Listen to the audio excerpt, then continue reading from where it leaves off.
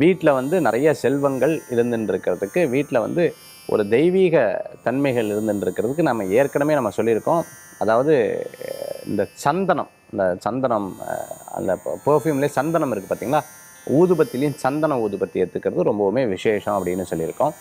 அதே மாதிரி பார்த்திங்கன்னா அந்த பெர்ஃப்யூமில் அதாவது நம்ம வந்து ஒரு கேஷ் பாக்ஸ் இருந்துருக்கு, அதே மாதிரி சுவாமி ரூம் இருந்துருக்கு அப்படின்னு சொன்னால் அந்த இடத்துல அந்த சந்தன அத்தர் மாதிரி அதை வந்து போட்டுக்கிறது ரொம்பவுமே நல்ல பலன்களை கொடுக்கக்கூடியதாக இருந்துருக்கும். அந்த இடத்துலையே ஒரு பெரிய நறுமணம் வந்து இருந்துருக்கும்.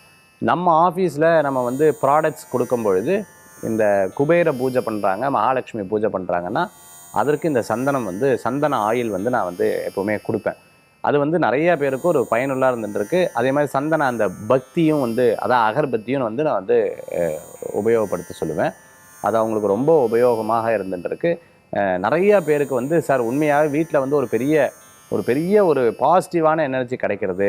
நான் எங்கேயாவது வெளியில் போனால் கூட முந்தியெல்லாம் ஒரு மாதிரி சொல்லுவேன். இப்போ பார்த்தீங்கன்னா ரொம்ப பாசிட்டிவாக இருந்துருக்குன்னு நிறையா பேர் சொல்கிறத நம்மளால் கேட்க முடியாது. ஸோ அந்த அந்த அந்த ரோல் ஆன் பெர்ஃப்யூம் மாதிரி இருக்கும். அது வந்து நம்ம வந்து கேஷ் பாக்ஸ் இருக்கிற இடத்துல, அதே மாதிரி கடையில் கேஷ் பாக்ஸ் இருக்கிற இடத்துல, அதே மாதிரி சந்தன ஊதுபத்தி ஏற்றி வைக்கிறது அற்புதமான பலன்களை கொடுக்கும். நம்பர் 1. 2வது பார்த்திங்கன்னா பச்சை கற்பூரம் வைக்கிறது. அந்த கேஷ் பாக்ஸ்கிட்ட பச்சை கற்பூரம் வைக்கிறது, சாமி ரூமில் பச்சை கற்பூரம் வைக்கிறது, வீட்டினுடைய வாசல் பக்கத்தில் பச்சை கற்பூரம் வைக்கிறது அந்த வீட்டில் ஒரு பாசிட்டிவான எனர்ஜியும், வீட்டில் நல்ல வருமானங்கள் கூடி வரக்கூடியதாகவும் இருந்துருக்கிறத நம்மளால் பார்க்க முடியாது.